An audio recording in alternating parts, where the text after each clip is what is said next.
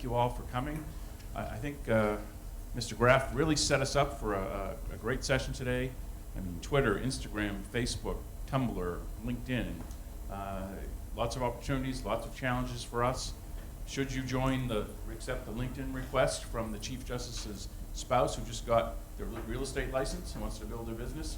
Should you trade Instagram photos with your Chief Judge's teenage daughter? And then I got this email this morning. Mr. Remendini, my name is Mary Kennedy. I'm a court reporter in Warwick Superior Court. There are contested primary races in our county. I've been asked to like Facebook pages from individuals running for the Warwick County Prosecutor and Judge of the Warwick Circuit Court. My judge is not running. Am I allowed to like and/or post comment on these pages? First thing this morning I got. So hopefully I'll know the answer before today's over. Now, fortunately for us, we have two of the great luminaries from the court public information universe. We have Karen Salaz on my right, and Chris Davey on my left. Karen is a true Colorado rancher. Probably had her husband feeding the livestock this morning.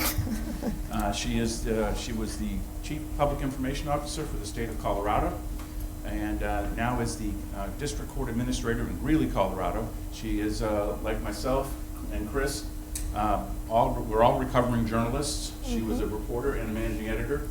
Chris Davey is the Public Information Officer for the Supreme Court of Ohio. He has degrees, master's and bachelor's degrees in journalism. He was a newspaper reporter for the Dayton Daily News and the Cincinnati Enquirer.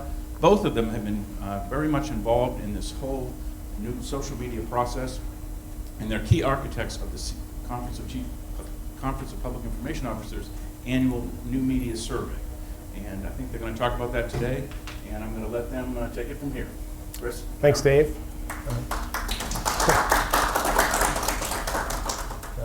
Good morning, everyone. I'm assuming you're all the people who don't have issues with your flights, as evidenced by the fact that you're here with us this morning, and we appreciate you sharing this time with us and exploring this topic in greater detail. And as Dave mentioned, we had a great setup with the talk this morning from Gareth, and if you haven't read his paper, I would really recommend it to you because it's a great starting point for how some of these issues affect the courts. And what we're going to do is, I guess you might say, drill down farther on that.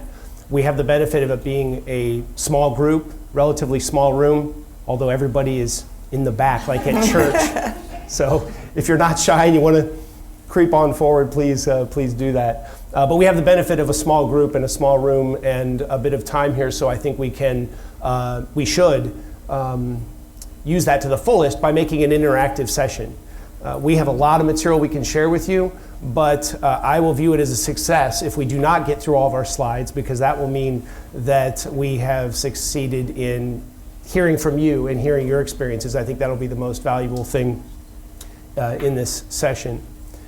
We're going to explore this topic in the context of the study that Dave already mentioned, the CCPIO, what we call the New Media Survey. And this is a survey that we've done each of the last 4 years, where we survey court personnel, judges and court personnel from throughout the United States. It does not include federal judges, but it's state court judges and administrators and managers from throughout the United States. And we're going to explore that throughout the presentation this morning as a context for this discussion about new media and the courts.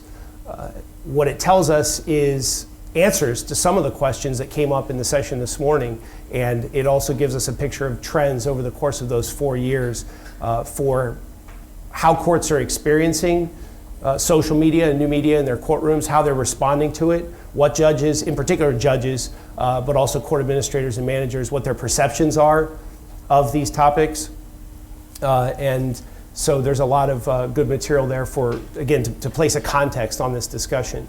I should say at the beginning that the survey itself, as well as a number of other materials that we'll refer to in this discussion, are available on a website.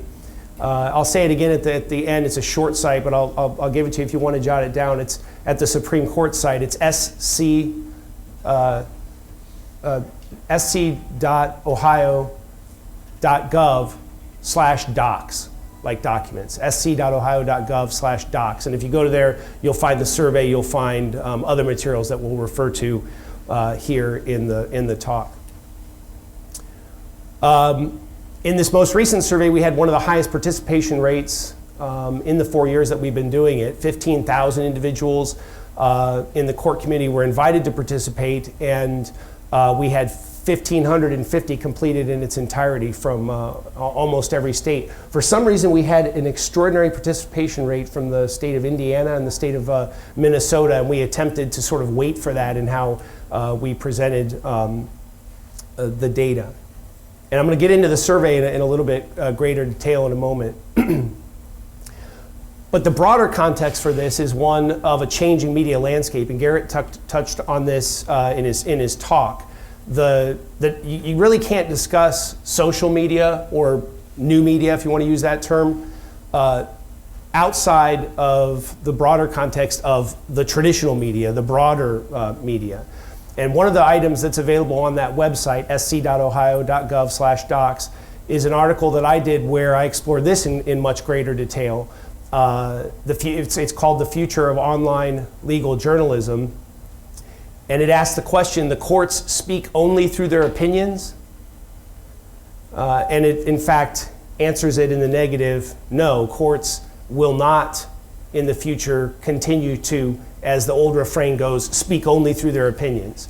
And I think this is an extension of what Garrett's position is, his idea being courts as conversations. You'll see from the survey results that this is not a concept that judges are yet, excuse me, embracing wholeheartedly, but there's definitely a trend towards greater recognition of the fact that the media landscape is transforming in some pretty fundamental ways, and that courts are going to have to respond to that, and that's what we want to talk about. The trends are ones of a decrease in the quality and quantity of court coverage by the traditional news media, and I'll share with you some data to support this in a moment, and a recognition by courts that this is an important thing we need to take notice of, because courts have always relied on the news media to connect with the public, to fulfill our obligation to support trust and confidence. And somebody in the talk earlier today referenced the court tools, which are based on the trial court performance standards that all of us are familiar with. And one of the most overlooked of the trial court performance standards is the fifth of those, that places an affirmative obligation on courts and judges to support trust and confidence in the court system, and to do so by a number of different means, one of the central of those being having a robust communication program in place. And traditionally that's always meant the news media, and so what courts are recognizing is with a decline in the news media, something has to sort of step in to fill that void.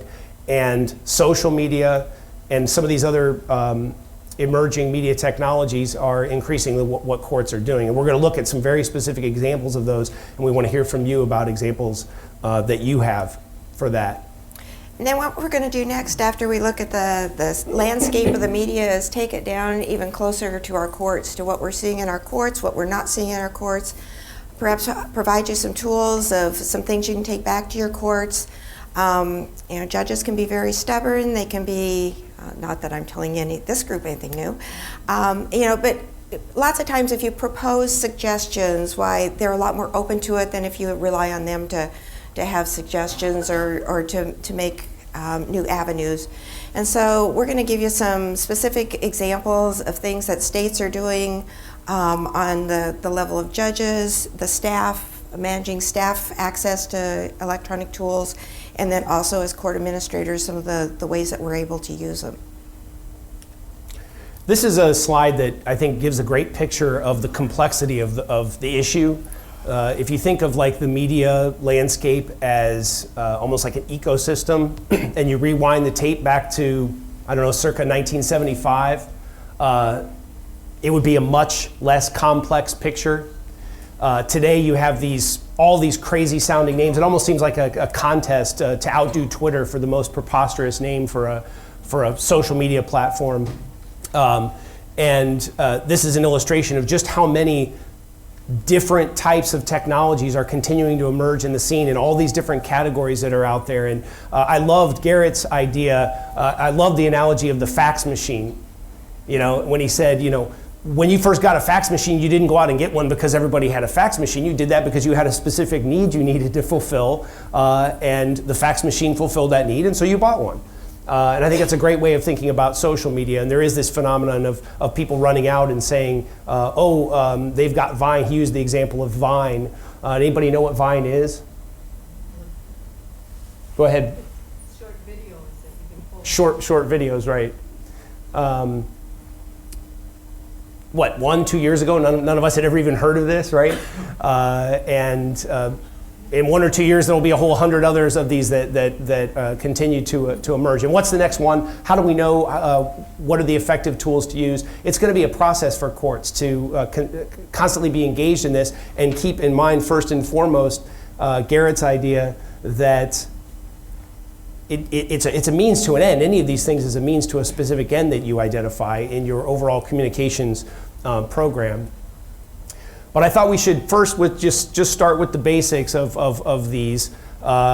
Twitter is when you want to tell your friends, I'm eating donuts, or hashtag donut. Facebook is the place where you say, I like donuts. Foursquare is the place where you say, this is where I eat donuts, geographically. Instagram, here's a vintage photo of my donut. YouTube, here I am eating a donut in video form. LinkedIn, my skills include eating donuts. Should we make a cop joke there? Pinterest, here's a donut recipe. Last.fm, which I still don't know what anybody know what Last.fm is? I think it would seem to indicate it's a radio listening site. Now listening to donuts, so I guess it's like Spotify. And then Google Plus, I love this. I'm a Google employee who eats donuts. Is anybody here not a Google employee and they're on Google Plus? Yeah.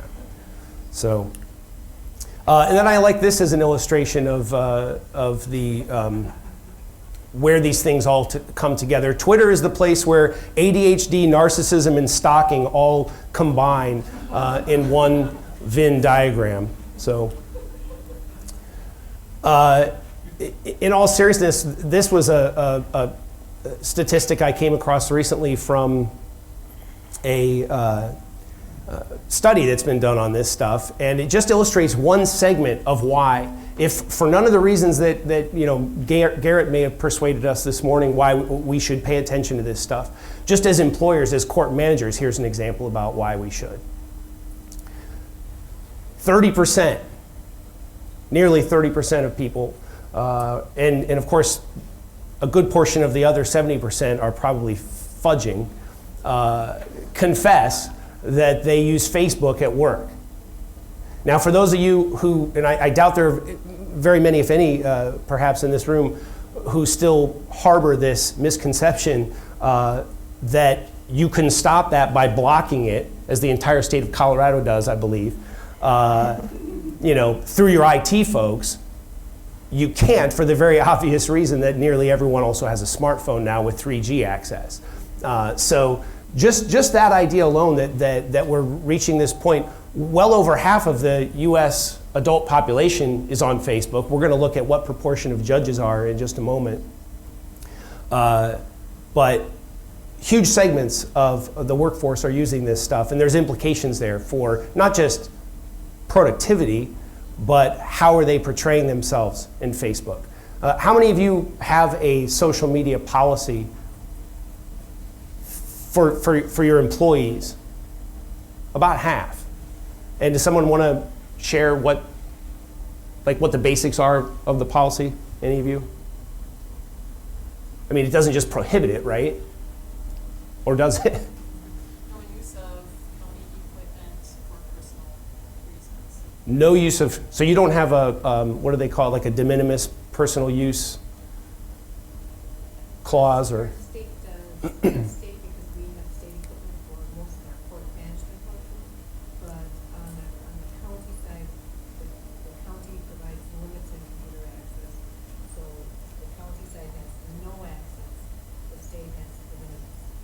Okay. Anybody else? Yeah. We have a personal use policy that basically that you could use the internet as you would a telephone. Incidental personal use, we call it in Ohio. Yeah. How about here? Our policy pretty much says the same as ours.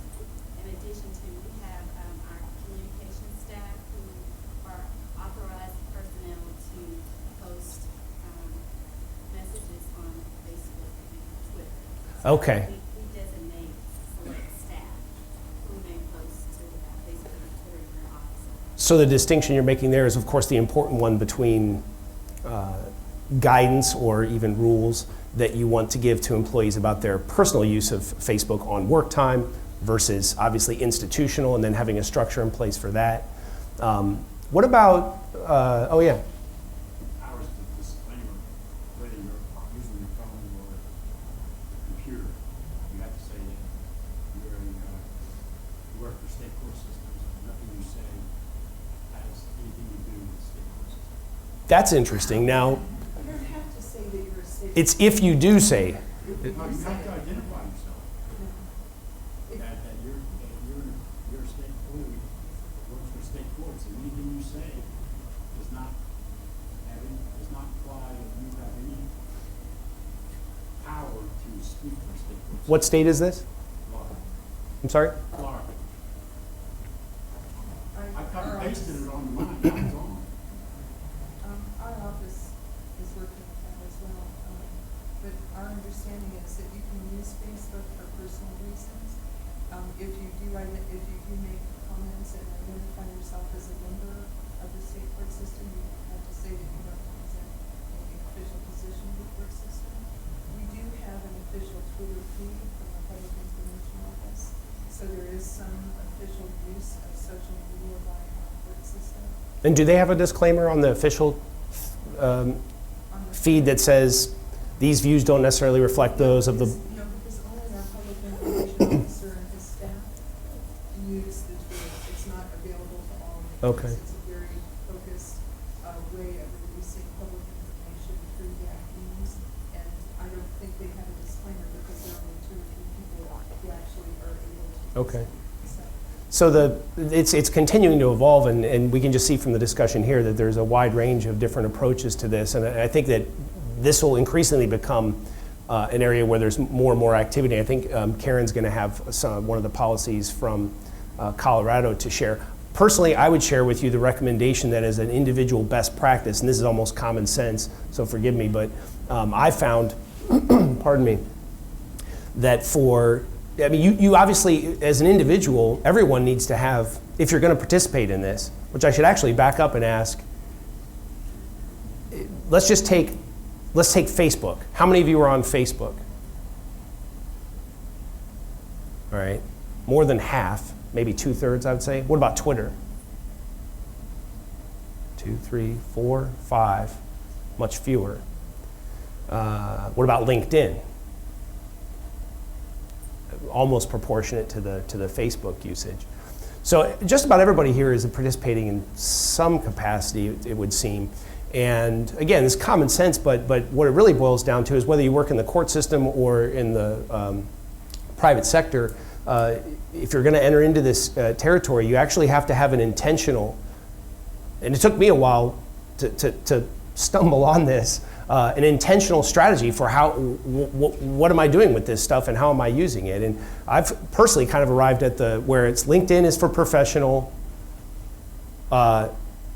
and Facebook is exclusively personal, and then Twitter is kind of in between. But the only place I identify myself as an employee of the Ohio Supreme Court is on my LinkedIn page, because I figure that's where I am engaging in a professional capacity. And but then of course, anything that you post on any of them, you need to always remember that you work for the Supreme Court or the court system. All right, so moving right along, I just want to go quickly through what I referenced earlier is in the article that's available at that website, sc.ohio.gov/docs, where we take a look at the state of the traditional news media. And what you see in statistic after statistic after statistic is a traditional news media in decline. Print advertising revenues, just as one example here, you can see declining from in the neighborhood of 49,000 in 05-06 down to 23,000 in 2012. The most recent year they have complete statistics. That's a decimation. That's half the revenue for print media. You can see it represented here with just overall ad revenue going down. Print ad revenue continues to decline. Down in every category. Local television news viewership has kind of held its own, but you can see it's continuing to face its struggles. And the picture that emerges from this is one of a court system that for decades has relied on the traditional news media, and it's been not always a friendly partnership, of course. We heard some complaints about sensationalism and stuff in the talk this morning. But it was a relationship that existed where the courts relied on the news media. When I started at the Ohio Supreme Court 10 years ago, we had about 7 or 8 reporters who covered the Supreme Court of Ohio, at least as part of their beat. Some of them, it was an almost exclusively dedicated beat. And as of last year, we had 0. The Columbus Dispatch finally brought a guy on board, and we're really feeling the effects of it, for better or for worse, back where we now have 1. But that's extraordinary to think that in 10 years you've seen a decline like that in a state the size of Ohio, the capital city, the Supreme Court, and 1 person covering us. So what courts are starting to do is recognize that we need to step in and sort of fill that void. And a lot of these social media tools are being used to varying degrees to do that. We're going to have a lot of very specific examples of it. But before we get to that, I just wanted to touch on what can be thought of as a culture clash that is, it's not unique to the court system. And Gareth mentioned this in his talk in a different way. But you can think of what we have to do in the courts if we're going to engage with social media. If we buy this whole notion that we have to fill this void, and that the reality of new media is here and we have to use this stuff, there's a reason that judges and courts have been reticent to do that. And there's a variety of reasons, but part of it has to do with what you can think of as a clash between 2 different types of cultures. A new media culture that's highly decentralized and multi-directional, and the way Garrett had put it was, anybody can have a platform now, for better or for worse. And we heard from a couple people explaining how, in their opinion, it's for worse. There's 2 sides to the coin, but it's the reality of the new media culture that anyone can have a voice, anyone can have a platform. It takes 30 seconds to create a Twitter feed or a Facebook page, and you're off to the races. If you have something relevant to say, it's going to be heard. And the courts have always been the exact opposite of that. Highly centralized institutional communicators and speaking with a central authority, and we kind of aren't taking well to this notion that everyone's going to have a platform and that it's this wild west of the new media culture. There also is this personal, intimate nature to the way new media works, where everybody's sharing their pictures and their pets and their kids, and people who you really didn't think of much as a friend per se in real life is now your friend on Facebook, and you're looking at really the intimate details of their life in video and photographic form. And our culture has had to kind of respond to that. And if you think of that in contrast to the court culture, you can see why there's a slight incompatibility there, because that's never been how courts operate. This personal, intimate, fuzzy, warm and fuzzy sort of way of operating. And then lastly, the nature of new media is that it's highly multimedia in nature. There's video and print and all things mashed up together, and courts are very text-based institutions that are having to kind of respond to that reality. What we did in our study, and what I think is a really good suggestion overall to use as a way to kind of break down social media into the context of whether or not you should apply it to your courts, how you should apply courts, is to break it down into the categories. You know, like we were talking about vines this morning. This is changing so quickly that technologies that weren't present this morning when we got up are going to be present tonight when we go to bed. So really looking at the types of technologies we feel like is the best way to go. So we break it down into 5 general categories, and I just want to give you some brief examples of what we feel are really good ways that the courts are putting this to the test. Which button are you hitting here? Whoops. Which button? Little technology glitch here. This is a U.S. federal courts website, and you can see across the bottom, they're trying to reach all of their audiences. So they've decided to pick 5 different mechanisms along with the internet. One of the things with the Twitter is make sure if you use Twitter, because you're going to be confined to the 152, I believe it is, characters, why most often you're referring back to a website. So build your websites up and then use Twitter to get as a mechanism to get people to it. This is what Colorado is doing. We have a brand new Supreme Court building and a brand new learning center. So we're using that to really showcase the state judicial department and reaching out through our high schools and working through the opportunities that's provided us, and it's been very successful. Then we go to blogs. We've got Justice Judy. You'll see that most of the online examples of judges using social media, it's because they're elected. Very few of them are non-elected, but there are a handful of them. I would like to comment on that, because Garrett mentioned this idea that just anecdotally, that judges from elected districts are more engaged with social media, and our survey actually illustrates that in really strong terms, especially the early on when we did the survey. Consistently somewhat surprisingly, about the same proportion of the judge population as the general population is using Facebook and LinkedIn to some extent, not Twitter. And if you then look at where those judges are coming from, what you see is it's averaging out to about the same as the general population, but there's this huge disparity in states where the judges are not elected, like Massachusetts, for example. Way fewer judges in Massachusetts are using Facebook, are reporting in our survey that they use Facebook. And in states like Ohio, where they're elected at every level, and there's an example of a judge in Ohio using Facebook as a campaign tool, for obvious reasons, they're much more engaged with it. Microblogging, Twitter. One of the really curious pieces about Twitter is that a lot of people don't think that you can control what's posted. You can control that. Talk to your state PIOs, and you can filter the comments before they are posted. So if you are thinking about setting up a local Twitter account, why make sure you talk to your state PIO to find out how that's done. This is another example. This is when you will find that all the Colorado examples now, if you put courts into any of these engines, marijuana comes up. No, I have no idea why, but ever since the ballot initiative has been successful and marijuana is legalized, it's really given me the opportunity to really track what they're saying, to try and anticipate the problems that are going to be coming up in the courts. And it really was a huge mechanism for us to use that as a proactive way. We already know there's issues with employees having it in their system for 30 days.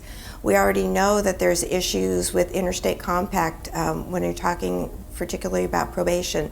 And we also know that there's a problem with issues with the people on probation who are supposed to be abstaining 100%, because with it in the system for 30 days, it leaves a telltale sign that there's been a problem through the course of, if you have alcohol, if you partake and come in 3 days later, you're clean. But with marijuana, it can be 30 days down the road and you're still showing signs of it. Vimo, which is a video sharing. We can't get cameras in the U.S. Supreme Court, but we can get them on Vimo in different settings where they go to speak. Chris, do you want to talk about this? This is a site from Ohio that's WOUB Public Media, as it says. And actually, one of the founders of our organization is a former judge named Tom Hodson, who's the director of the WOUB media program, the public radio and television station in Athens, Ohio. And he has been a great partner with us at the Ohio Supreme Court. And I don't know if it's the next slide that would, yeah, with this program, maybe we can toggle between these, with a program that we've created that we call Court News Ohio, where we it really evolved from taking our news releases, press releases, and you talk about the old school technology again. I started at the court 10 years ago, and we were faxing out news releases and printing summaries of court decisions and placing them at the counter, and these 7 reporters who still covered us then would come and get those. It was totally old school. And as all media programs have evolved over time, ours did, and we started to, of course, post our news releases online, and then we started to think of them not as news releases per se. We started to think of ourselves as, again, as the media declined and these tools to connect directly with the public increased, we started to say, let's eliminate the middleman, essentially. The middleman was eliminating himself, and we sort of accelerated that and ended up with this program, Court News Ohio, that's in place today, where we have several journalists at the Supreme Court who cover the court system. We cover the courts every day. We write stories, we put them on Court News Ohio, and we put them out through Twitter, we put them on Facebook, and then every month we repackage them into a old school print publication that we mail to all the judges and some attorneys who want to get it that way. Now, if you'll back up to the other slide, one of the neat things that we've seen happen is the traditional news media start to pick up this content and use it themselves. It's funny to see there's a couple of approaches to this. One is the proper approach that our friend Tom takes at WOUB, which is to credit us and say, this is from Court News Ohio, and put it up. But we have small newspapers and some television stations who are routinely taking our stories, and sometimes they'll top it off with their own new lead, but usually it's just word for word. When I was in journalism school, we called it plagiarism. And we're in this funny position with it because on the one hand, it's plagiarism. On the other hand, we're like, they're using our content. We're trying to reach audiences and they're helping us reach audiences. So it's an interesting phenomenon. I think it illustrates how the media's, some of these same principles about the media being in decline. So that's what this is. Well, and it also goes to speak to, Chris, how many years in your shop that produces this? The total number of people dedicated to this is probably, I would say, about 6 people. So I'm not sure how many of you have 6 people to help you with your outreach, but I don't have any. So I a lot rely on my local community college. They have a journalism class, and they also have a videography major. And so they will make videos for me for free. So I go out there and work with the teacher, and then they use them as student projects. And we've been really pleased with the quality of them. So it's some place to start. We're particularly using them in our self-help centers so that, the little snippets of the videos to help in the self-help centers. But I think what it does is it strikes back to, going back to what was said in the keynote this morning, that we're going to have to take the initiative of producing this ourselves to get this transparency that we so desperately need. This is another example of the use of some blogging that's been very successful, where they're actually using the courts as a source of the content. And then this is a project that I don't know how many of you are familiar with, out of Massachusetts, in which there's actually cameras in the courtroom day in and day out, and it live feeds onto the screen, and anybody can pull it up at any time. I believe it's a traffic court, isn't it? It's a trial court. They do traffic. Yeah, traffic and infractions. They also do arraignments for minor criminal offenses. Yeah, but that's been an experiment that has been what we're just talking about is a partnership. It's a partnership project, and looking for partnerships I think is going to be key for the judiciary, not only because They give us resources that we haven't had before, but they also give us credibility and outreach because, like they were saying earlier, our institution is being challenged by this transparency. And then just one last example here, I believe it's our last example. Yeah. They really are doing some great things, and I really think that California sets the bar when you're talking about self-help examples. If you have the opportunity to go into their self-help center online, it really is pretty amazing. Florida's doing some great videos, but I think California's been doing it for about 10 years now, and they really have figured out how to do it right. Before we move on to the survey results, I wanted to ask you, looking at all these different examples, it's reminding me of one of the most interesting questions that I think was posed in this morning's keynote, which was, okay, that's great, I get it. Social media is interactive. Courts are conversations now in the new social media age. But what we see, this person who asked the question, I think it was Kelly from Florida, what we see, and what you've seen here in these examples that Karen has shared, is courts not using, for the most part, not using it that way. Courts really are using it as she called it a push. I've heard it called a broadcast, right? And our Court News Ohio program is a great example. We write stories and then we push them out, but it's not a conversation. It's not designed to be a conversation. For the cultural reasons that I detailed, courts aren't really comfortable with it being a conversation, and there's some real valid reasons for that.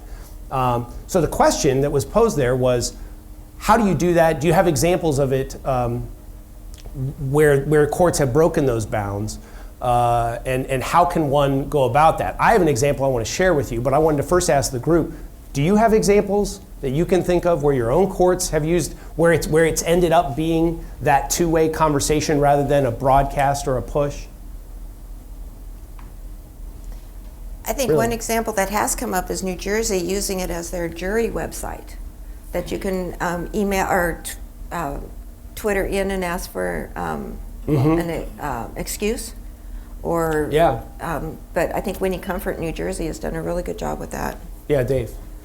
In Indiana, we accept comments to amendments to our local rules by email. Previously, we would only accept papers or faxed comments, but now we're accepting them by email. So we are inviting comment in a very formal way when we're trying to amend rules, but that's about as far as we've gone. Okay, so he's saying using email for accepting comments on rules. I've thought of this. What about, why not Facebook as a discussion forum for proposed rules? That would be an example. As I say that, I know that there are a lot of judges and court administrators who would not be comfortable with that because of this sort of cultural thing that we discussed. Yeah. I think part of the problem is that you have two levels of conversation that occur in courts. You have those who are probably seriously interested in the process and would offer their comments, and then, I mean, for lack of better words, you have just the coops who want to just blast you. And with limited resources, you got to figure out how can you open this all up to everybody and yet be able to. We already have a problem with some of our, prisoner correspondence, and Mm-hmm. I can't even imagine opening it up to the world when I have to deal with this correspondence and the magnitude of it. So I would be interested in anybody who has a solution to that. I mean, one thing we do to get comments to rules is, this is the Bar Association, it's not the public, but they have listservs on our Bar Association in the appellate section, and we all participate in those things, but it's a limited forum, so you're not, you're getting valid commentary. Yeah, and there are some social media sites out there that are designed to be those more closed channels that have the same functionality as a Twitter or a Facebook, but it's a closed channel, and then that addresses the kook phenomenon that you're describing. So that's one solution that would be available. Another thing I might suggest, oh yeah, go ahead. Well, I was just going to say that one of the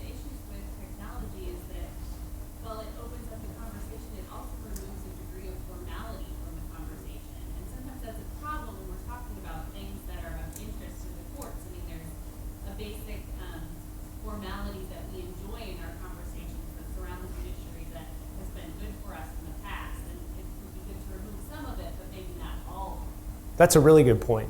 Yeah, that we would lose the formality that is necessary as part, and I think that speaks to. I'm sorry. Right. The magistry of the court. That's a really good point. But Chris, I think this begs a question that we're going to have to look at. I think the discussion yesterday was where the court's going to look at in 2025. This morning is what is the court's going to look like when people that are now on Facebook that are going to be judges in 20, 40, 60 years. What is it that the public is going to expect from us in order for us to be effective, to be respected, and to be, maintain the integrity that we need to maintain. This is a big policy discussion that I haven't heard, that we're really going to have to think about and really have a huge discussion on, because right now we're pretty much in the fog over the muck and the murk, trying to figure out where it is that we're going to end up. Yeah. When you're looking so far into the future, I think the norm 20, 30 years from now, it's going to be odd not to see something in someone's background. So if a judge you can't find anything, well, where did he come from? Then you'll start having red flags that way possibly. I think things are going to change so dramatically that we can't even imagine. I guess I you're kind right. of side it towards the trend. I'm sure all of you do background checks on all the people you employ. It used to be if somebody had one DUI or DWAI within 3 years or 5 years, you didn't dare touch them. And now it's okay, 3 and 10. What is that whole shift has taken place as to what we are allowed to hire through the background check process. Any other thoughts on that topic? The example I was going to give illustrates another point I think is important with this question about how do courts do conversations as opposed to broadcast communication, is a distinction that we all make, whether it's conscious or not, and I think it has a really important implication when you're talking about court communication, particularly social media, is the distinction between case-related matters and administrative-related matters. And I think courts, over time, when we think about this, courts are conversations, we go, whoa, there's no conversation about whether this guy's guilty or the reasoning in the law that goes into determining whether this guy is guilty. No, that's not a conversation. That's a one-way communication. So we have to start making that distinction more consciously, I think, in our minds, and understanding that there's a huge, yes, that's true, but there's a huge swath of what we do that's not case related. It has to do with the administration of our courts as public offices, the personnel matters, budgeting, accountability to the public that we serve. And all of that's where we're no different than any other public office, and there's a huge area that we can engage in this, use these tools to engage in a conversation. And I'll give you an example from Ohio. Sorry, all my examples are from Ohio. That's where I'm from.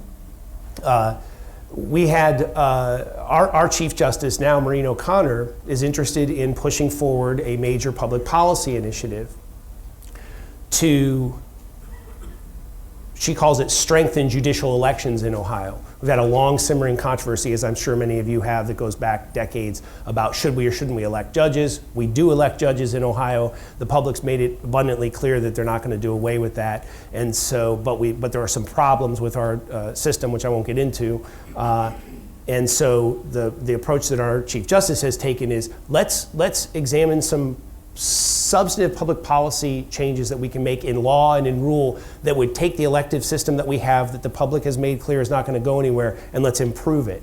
So she came up with a plan of 8 ideas for how to improve judicial elections, and I won't get into the details, but just to give you one example, one of the more interesting, I think, is to move judicial elections to odd-numbered years so that they never occur concurrent with presidential, gubernatorial, and other statewide elections. It's a really novel idea, and it's based on the idea that we see huge voter drop-off. In every one of your states that elects your judges, I guarantee you have voter drop-off because we've studied it closely. Voter drop-off is where people show up to vote for governor or president, and they don't bother to vote for judge. 25, 30, sometimes 40% of people do that. What's the point of having judicial elections if people are going to do that? And so the reasoning behind this is, so let's move them to odd numbered years, and then they don't have to compete with presidential, and then maybe more people will participate, or at least the more informed voters will participate. So that's just the public policy context. Back to social media, what she did with these, this plan, these ideas, was create a website, put it out there, and then invite people to comment. And we created a structured, moderated, to keep out the kooks, I love the term kooks, moderated discussion board, and people weighed in, and some of them were just average Joes, some of them were the League of Women Voters and whatnot, but it all took place in this public space that we now have available in social media. So I think that's a good example of how that's a conversation. That was a conversation, and it doesn't run afoul of any of these other considerations that we have to keep in mind as courts. And I think that one of the places that starts is by making this distinction between case-related versus administrative and programmatic material. Yeah. So who played that role on your staff, and was the conversation vetted by your superiors before you responded? Well, when you say that role, you mean the moderating role for the conversation? The moderator. Me, basically. We had someone who just would, we set up some criteria so that someone else could actually look at them. And there wasn't a huge volume, first of all. It was a disappointingly low volume, frankly, of people who participated in this. It was decent, but I don't have the numbers off the top of my head, but it was in the, like 100 total comments on this proposal. So anyways, they would just send me ones. We would set up base criteria that says if it doesn't run afoul of this, it goes up. And if anything was weird, they would send it to me. And I'll tell you, you know what the most common thing was that had to be edited out? I don't think we edited any comment on the, for being offensive or crazy or anything like that. It was spam. It was like things in Chinese, or somebody selling a product. It was clearly like a robot just pushing stuff out to any discussion forum they could find on the web. But I see what underlies your question is a question of, there's a slippery slope if you engage in this. If it was something more controversial, something that generated more public interest, in a state of 12 million people like Ohio, it could very quickly become out of control, right? And something that would be difficult to manage. And I think that's always the concern with this stuff. Yeah. I think what you're doing, and I'm from Ohio, and I received that publication, look at it online, but when you're talking about the push, I think that's a different thing, and of course, that's coming from the Supreme Court. I asked this question this morning because unless the state courts develop new rules that lead to this interactive exchange between the courts and the people, what is the likelihood that judges would initiate that, and what is the judicial reaction to this whole concept? Because I sometimes get a sense that the judicial area has this aura of mystique about it that they like. Yeah. And that this interactive kind of thing would remove some of that mystique, and that might not be acceptable. So I'm wondering, as an individual, in an individual court, are the state courts likely to do some rule changes to begin to implement this idea or recommend this idea, or are we going to be dependent on individual judges and individual courts to accept a suggestion or to take the initiative? Well, I think I don't know, Karen has a thought on that. Well, I can tell you that the Chief Justices, I was at a meeting a few months ago, or a while back, I can't remember exactly when it was, to be honest, but they are definitely have the approach that they want to do outreach and connect. They understand that transparency is a huge, huge issue. State court administrators are doing the same thing. Transparency is just getting to be a bigger issue because they want to have that interaction with people and to rebuild that integrity that they feel like they've maybe lost in different places. And so I think that you're going to have a very receptive audience if you ask that question in any of the courts. So you think it's going to come from the top down, from the state? I believe it's going to meet in the middle because we have judges that are involved in it, and we've got the chief justices and state court administrators that are saying they want transparency. I think we're going to meet in the middle. I agree with that. I just want to make a comment about your idea of the judicial mystique, because it's really insightful aspect of this. If you look at, I keep talking about this judicial culture versus new media culture, and that's because I think it's a really important aspect of this whole question. If you look at the culture of courts, we have a system that's evolved over hundreds of years that draws on largely the English experience, and it has a number of different practices in place that are there for a very specific reason, and that is to reinforce, you use the term mystique. Really what it is it's to reinforce judicial independence for the purpose of impartiality. At the root of it, that's what it is. Courts must be impartial, and the system that we have is designed to make courts impartial by making them independent of other interests, so that they make impartial judgments, right?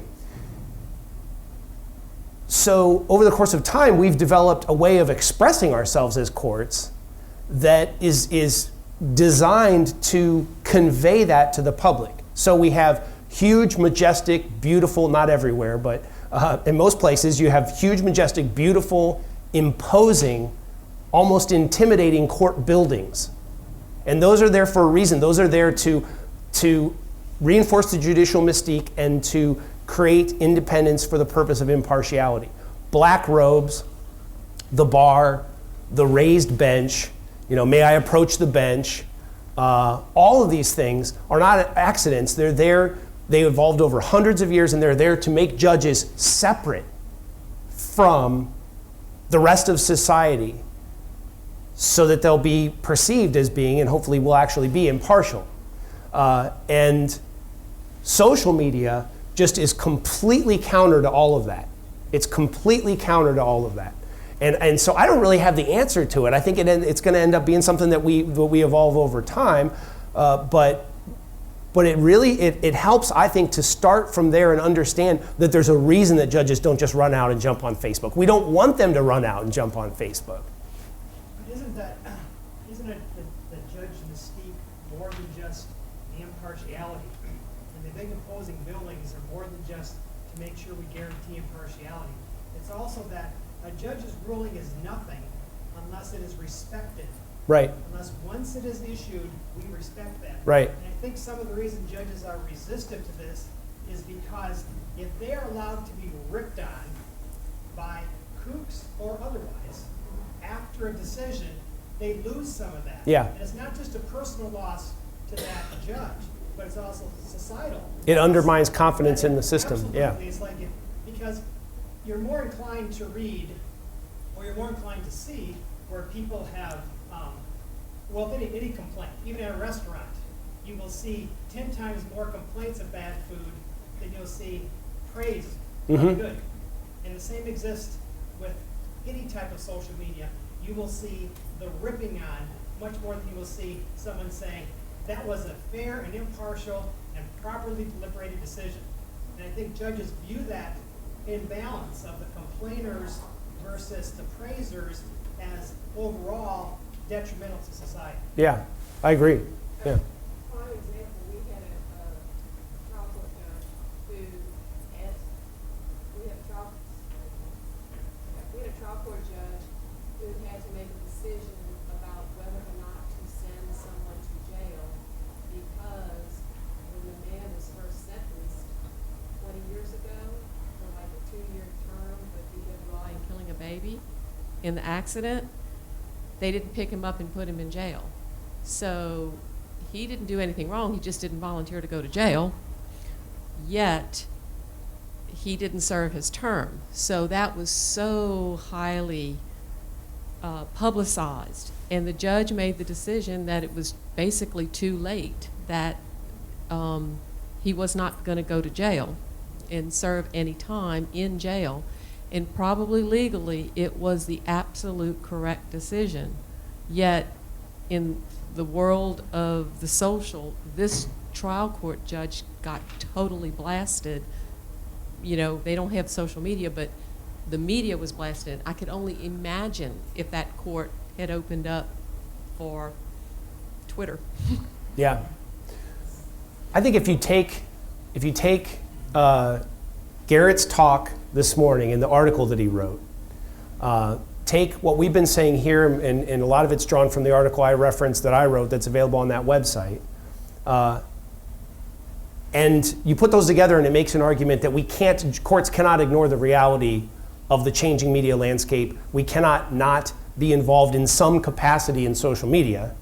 And if you buy that, if you start there, then combine it with what we're discussing here, which is also true, the result, I believe, is that courts then have to be more cautious about how we do this, and we have a unique set of circumstances that we're going to have to always take account of as we continue to venture forward into this stuff. And it'll be a process. It'll be discussions like this over the course of a long period of time that will allow us to venture into this in a way that does not cause the problems that we've discussed here. And that's actually a good segue into the survey results, because the survey is an empirical look over the course of 4 years at what courts are doing in that regard. So let's take a look at it. Some of the highlights from this 2013 survey, again, the 4th year that we did this survey, is that, and there's some predictable and some surprising results in here. First is after growing between 2010 and 2012, courts reported use of Facebook actually declined slightly in 2013. This is courts using Facebook as an institution, and we now had in the last year 11.3% of courts reporting that they have some type of Facebook presence. To me, that seems about right. The vast majority of courts are not using Facebook, but there's a segment of courts that are starting to venture into it. They tend to be the larger courts, and they're tending to use it in some very specific ways, tending to be broadcast versus bilateral, if you will. Twitter and Facebook are now the most popular tools among courts, and Twitter is used the most. And that's interesting because when we raised the hands in here, we saw there was only 3-4 of you that confessed to using Twitter. I'll use that term. And that's consistent with the overall population. Contrary to all of the hype from the Twitter IPA, by the way, Twitter went down 25% in one day last week in their stock valuation. Bit of a bubble there. You would think from watching TV and watching the hype of the IPA that everybody was on Twitter. Well, it's only around 10-12% of the US adult population that's on Twitter. And the percentage of courts using it is much higher, which is, well, it's not much higher, it's 14.3%. But it's more than the overall population. I think that's interesting. And I think the reason for that is that Twitter is a very effective broadcast medium that you do not have to use in that bi-directional way that we've all agreed can cause problems for the courts. And that's how courts are using it. They're using it just to push out information. And I don't know if if you just follow the news media, it's really interesting to see how often today you will see the use of Twitter you're reading a news story and it'll say, there was this, horrible thing that happened in the Netherlands and the national police quote said blah, blah, blah on their Twitter feed, We're to the point now where traditional news media is constantly, it's now just a well-established, legitimate channel for getting quotes and getting vital information about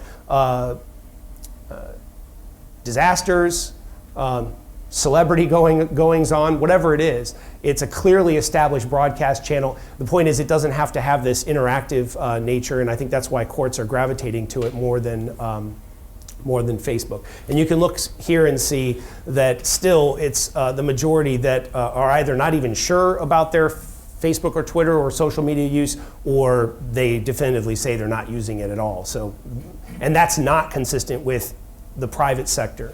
Yeah. I have a question about the numbers that you're showing here. You showed total of 1,796 responses.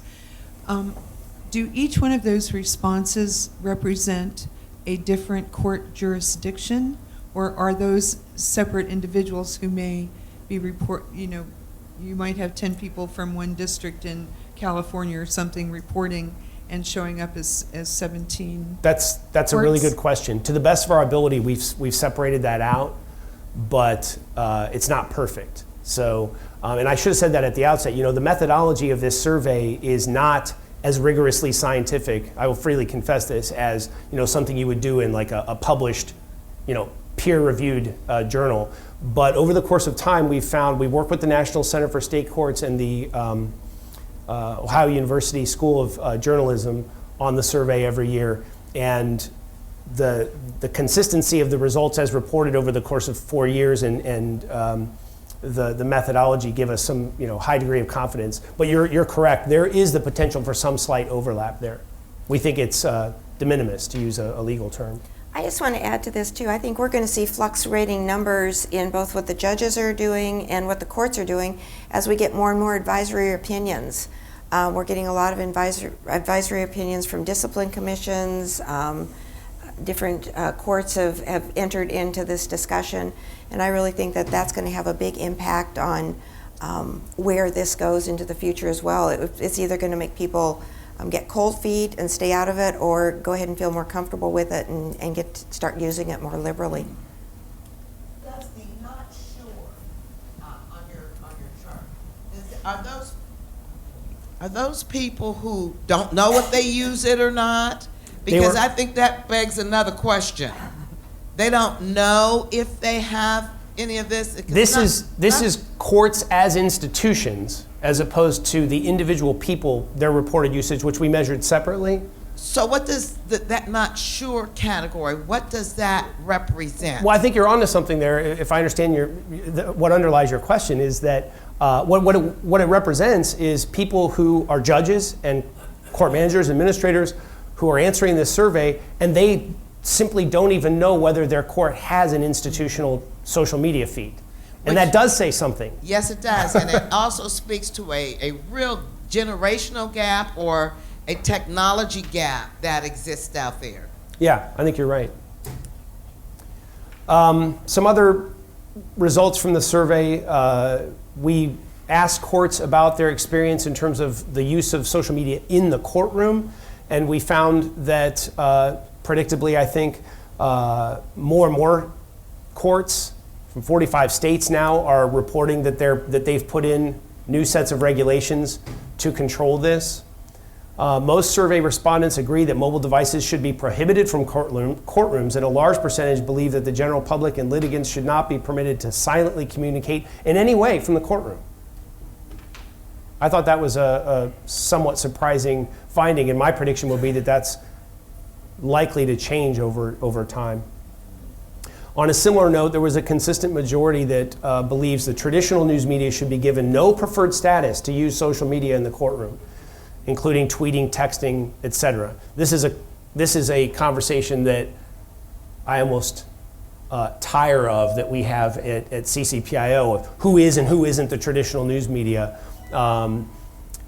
And people have all kinds of different opinions about this and different practices, but what the survey found is that there was a consistent majority of people who thought there just shouldn't be any distinction. If you're allowed to have a mobile device, you're allowed to have it. If you're allowed to tweet, you are. If you're not, you're not. It doesn't matter if you're a member of the media, you shouldn't have any privileged status in the courtroom. There was a large majority who expressed the belief that judges and court personnel should be educated about new media technologies in order to take advantage of the use of the tools to serve the courts in the ways that we've looked at here.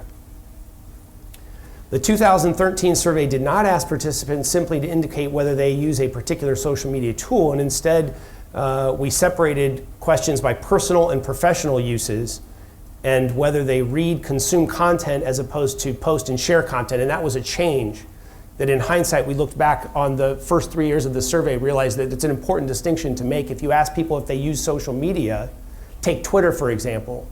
How many of you that confessed to using Twitter do so exclusively as a media consumption tool, if you will. Okay, yeah, I thought there'd be at least one of you. So you read stuff on Twitter, but you don't tell the world what you had for lunch. I tweeted once, and that was the fact the legislature funding one of our judgeships. Interesting. Other than that, I've never tweeted. And so you probably have very few, if any, followers on Twitter, which is probably just, but it's probably just fine with you, right? Because you're not using it. Surprisingly, I think there were like 5. Uh-huh. So they must be waiting with bated breath. Yeah.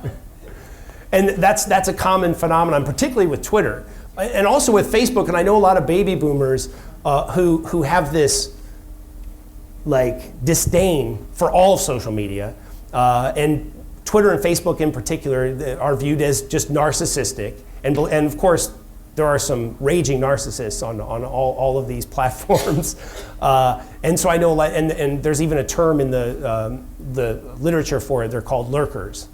Not so much in Twitter, but on Facebook, people who are just on to look at stuff. They never post, they're just looking. So anyways, that's why we made this distinction between consumption and actual use to post content. Isn't that a great point, then? You kind of skim over that a little bit in the presentation, but the narcissism of Facebook and Twitter. I mean, I'm really ever good at that stuff because I think that is the central ingredient behind the whole thing. Because there's a lot of egoism and narcissism. And you talked about the diminished quality of journalism. You see that starting to creep into journalism when people quote stuff and they don't verify the quotes. Mm-hmm. And then they have to, 60 Minutes has even done that with the Laura Logan piece. They had to retract the entire piece. Yeah. So there's a great, inherent danger. You're talking about a very conservative institution in the judiciary that moves at a very deliberate and slow pace for a very good reason. Because of this, a lot of the inherent dangers associated with this type of technology.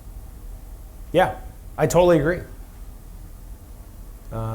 It underscores that whole point about the contrast between the two different cultures, the new media culture and the judicial culture. We found that judge respondents use Facebook on a personal basis considerably more than they do professionally. That makes sense, doesn't it? That's probably what we would want, right? For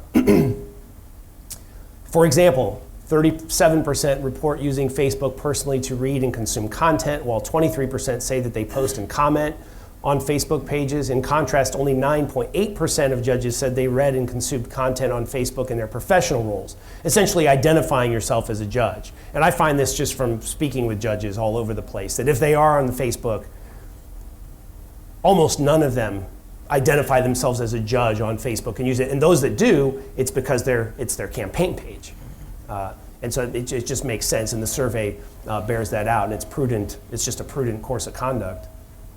In previous surveys, the judge respondents who said they use social media profile sites grew from 40% in 2010 to 46% in 2012, and a large majority said they use Facebook specifically. But again, this posting versus consuming question wasn't asked previously. Excuse me. And I think I mentioned before that these numbers, it's been interesting to me to see that these numbers over time have consistently tracked with basically the overall population's use of Facebook.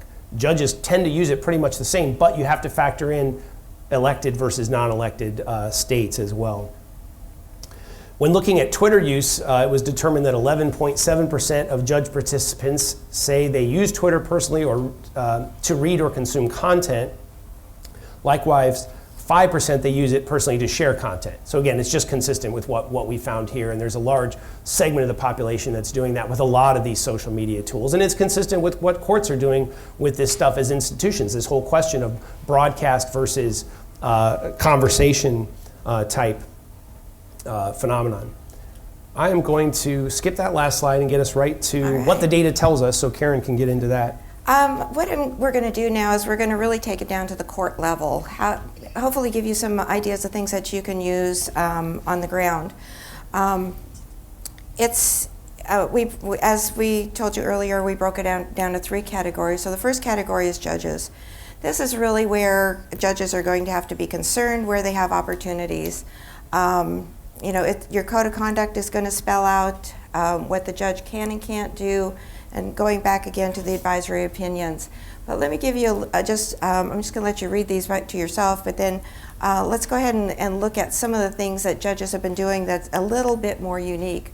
The Hawaii Chief Justice actually blogged during their State of the Judiciary.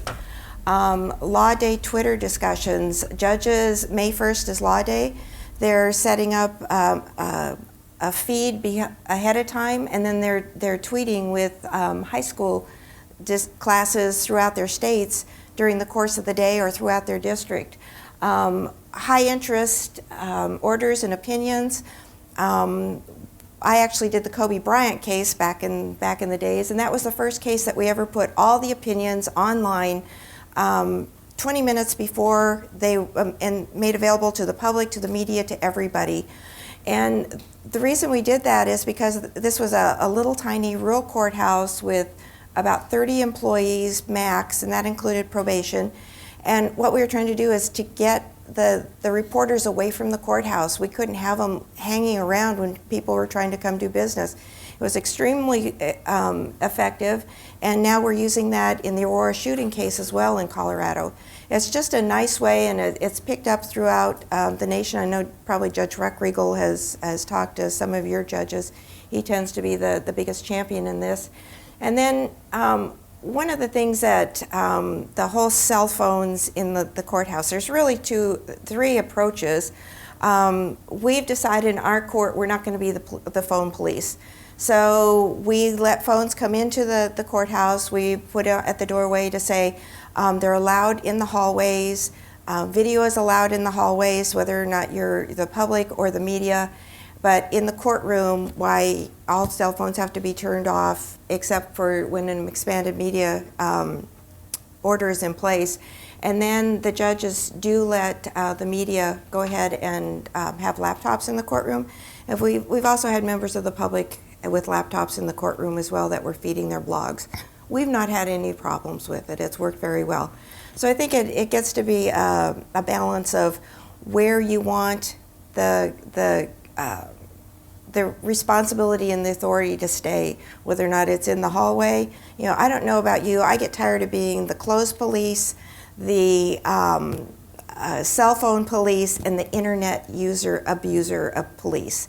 You know, I didn't take the job as administrator to be a police officer. And so I expect people to be responsible for their own conduct. And then going back to the employee piece, why we limit our employees to 10 minutes per day maximum personal use. We want them to get away from that computer screen sitting in front of that keyboard. We're completely paperless, so making sure that bandwidth is available. We're on a QMO, but now that we're doing paperless criminal, why our bandwidth is extremely precious. And so we don't need people streaming news videos and putting music through the computers all day long. I don't want to have to police that. I just want it to take care of itself. Another thing is with the judges is, clearly the respondents are thinking that participants should not have these cell phones in their courthouses, in their courtrooms.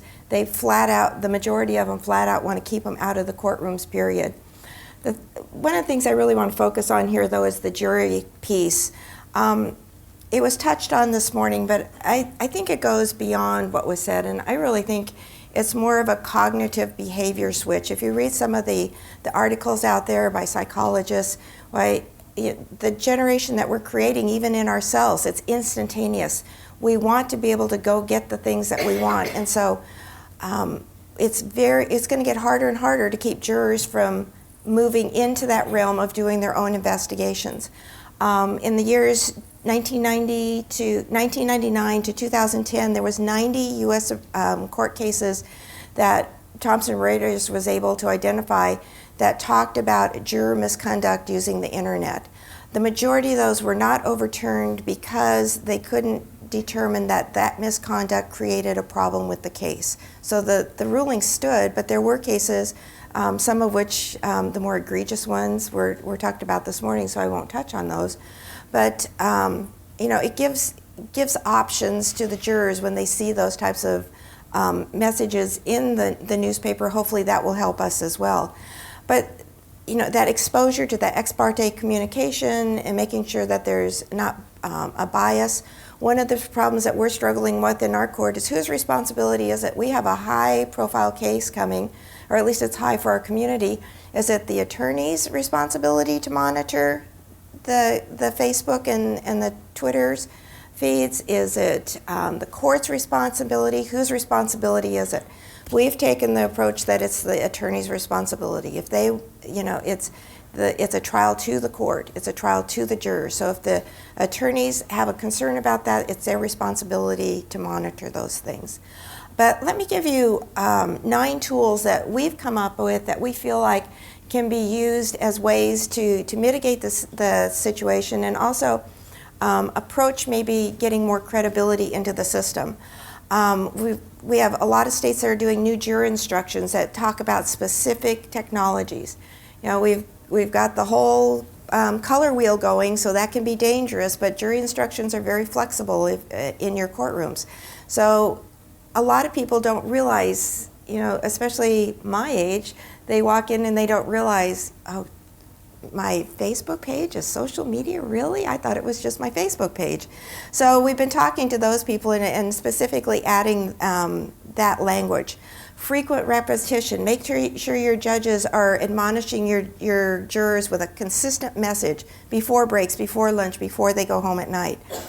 Asking jurors to sign a written pledge. There's been judges who are using this. They write out a pledge, it's vetted by the attorneys, and every juror has to sign it, saying that they will not do outside research, that they will not use social media. Another one is that admonishments with specific penalties, whether it be jail time, fines, or contempt citations. Another one is we've got judges explaining the rationale as to why they can't do this. Don't just tell somebody they can't do something, but tell them why. Tell them it's the rules, tell them about the rule of law and the rules that the attorneys all have to adhere to. A lot of times people are a lot more open to accepting what is expected of them if they understand what that reason is. Voir dire questions that really vet out the compulsive person that's always in their email. There's questions that the attorneys are coming up with that really can vet out that person who can't set down that smartphone or that device. Another we've touched on is banning the cell phones and personal devices in the courtroom. Another is to take an intermediary step there, and it is you allow the jurors to have them, you just don't let them have them during deliberations or during the trial itself or during testimony. I can tell you, I sat on a case in Denver. I was one of 12 jurors. We were allowed to have our cell phones in the courtroom anytime there was either discussions in chambers or at the bench. We were allowed to pull out our cell phones and answer our emails if we wanted to. The jurors were a lot more satisfied with the outcome. They were a lot more satisfied. We sat. It was a 5-day trial, so it was a long trial. We went in till like 6 and 7 at night in order to get it done in a week, and there was no complications because we all had our cell phones there and were able to answer emails in between. Another one is, and this is one that's not as successful as it used to be, and that is you can delay the trial a few days or a few weeks. And another one is that a change of venue. And then the last one, and really probably the one that we like to use the least, is sequestration, just because of it's so high maintenance. So we really try to use those as an opportunity the judge. It gives the judges a menu of things that they can put into place. This is just, you don't have to read this. It's on the PowerPoint presentation you have in your materials, but I just wanted to show you in red what we have added to our admonition that both the jury commissioner and the judges use, so they're getting that same consistent message every time, and they're getting the same message whether it's from a court judicial assistant, a judge, or from the jury commissioner. Everybody knows this is what is going to be said. This happens to be our HR policy that we put into place in July. We really approached it as being instructive instead of punitive. We want to educate our employees to not, how to use it effectively for their own personal use, but not cross the line to where they're going to get into trouble with our personnel rules and vis-a-vis termination. So that's available in your materials. Staff, we had Chris touched on already that it's essential that they be able to be educated about new media. Everybody agreed. And then course personnel to be able to ensure technologies that are appropriate or not. Few respondents that disagreed, but not many. And then just real quick, the staff can use other social networking without compromising. The courts, 65% agreed. And then, are we going backwards? No, I think I was going to mention, I think you inverted. You were making reference to this slide earlier. Oh, okay, I'm sorry. Yeah. The first slide I mentioned, I'm sorry. That was That's the the poster that we put up in our jury assembly room, and I should have looked at it better, I apologize. It's in our jury assembly rooms and all of our jury deliberation rooms, reinforcing the message that, of what the admonishment says. Right. And then this is our policy, I apologize. And then the policy is the one I believe that we have on the website. It is. And then this is just for you. This is what we're seeing as successful ways that court administrators are using social media and new media. And every day it increases. Talk to your PIOs. It's amazing what they are able to do. And brainstorm with them because they're just as anxious to help you as you need their help. And then this is probably, again, the most successful tool that that court administrators have is with the pro se litigant tools. We use it for recruitment. Every one of our online job postings has a link back to talking about this is what the work environment is. This is how we value our employees. It's really a value statement so that we allow the employee to not only interview them, but they get to interview us before they apply for the job, and we've had really good response to it. This is where the New Jersey is using it for the jury interaction. This is where another website is using YouTube for announcements, some more announcements, emergency management and business continuity, court rules, and then these are just some things we want to touch on really quickly. And I apologize for the formatting. I'm not sure how the formatting got all fouled up on this, but these are things that you need to consider very quickly. What is the need that you want to be addressing? Just don't adopt social media just to be adopting it. Making sure that you have a need that you're addressing. What is the organizational infrastructure? And when you talk organizational infrastructure, human resources, that's going to be a big one. The other side is going to be the technological resources, the bandwidth, the servers, that type of thing, but the human capital is going to be that ongoing expense you have to account for. Judicial employee policies and whether or not your policies allow it, like Chris was saying, the distinction between administrative and personal. Courtrooms and juror policies, what kind of, do you have monitoring? Like I said, attorneys are responsible for juror monitoring. I'm responsible for employee monitoring. Conduct policies, we always feel like in order to hold people accountable to certain expectations, we have to let them know what those expectations are in black and white. So we make them black and white. Revising jury instructions, becoming primary content providers, as Chris was saying, develop multimedia capabilities, as Chris was saying, and then PIOs and IT form stronger partnerships and collaborative operations. Some of your shops, IT is separate from you. Other shops, IT is with you. You really need to have that collaboration. And we are about out of time. Chris, your turn. Well, we had to, Karen did a good job just breezing through the end there, and we wanted to do that so there'd be just a couple minutes left to see if there were any comments that we were unable to get to as we were discussing earlier. Yeah? I was just thinking about the jury With regard to how jurors make decisions, if you think about how we all make decisions in our lives, we wouldn't dream of buying a car or a house without doing a lot of research and gathering information from multiple places. And we're expecting jurors to make decisions based on information that is presented to them instead of information that they're gathering.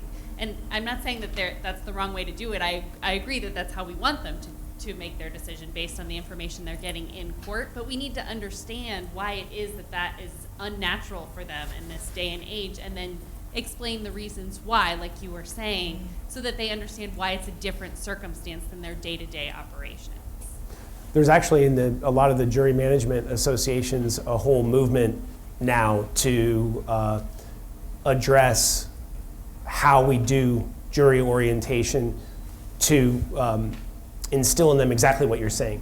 Because as the culture has shifted outside the courtroom, the people who are arriving for jury service have a different set of expectations about how you go about, as you said, making decisions, especially a decision as critical as the outcome of a criminal trial. And so I think it boils down to jury orientation, and increasingly it's going to be a more and more difficult task for jury service managers. We tried an interesting experiment in our court is we have been showing our 17-minute jury video to all the jurors that came in, but we never showed it to the court employees. Once we showed it to the court employees and they said, wow, now we all have a consistent message. We know what they're coming, to the table with, and that was a tremendous, and we had not thought about it, and it was so simple. I could envision the future of the courts where the jury is picked and they do all their research, and then it's up to the lawyers to exclude it or say it's why it's not valid. Yeah. I see a flip because when everybody on Facebook becomes judges, I just think it's going to change. I think we're fighting it instead of dealing with it. Yeah. Well, that takes us right up to 1/4 till the hour, which was our time to close. So I want to thank you for having such a good conversation and for your time. Thank you. Thank you. Big hand.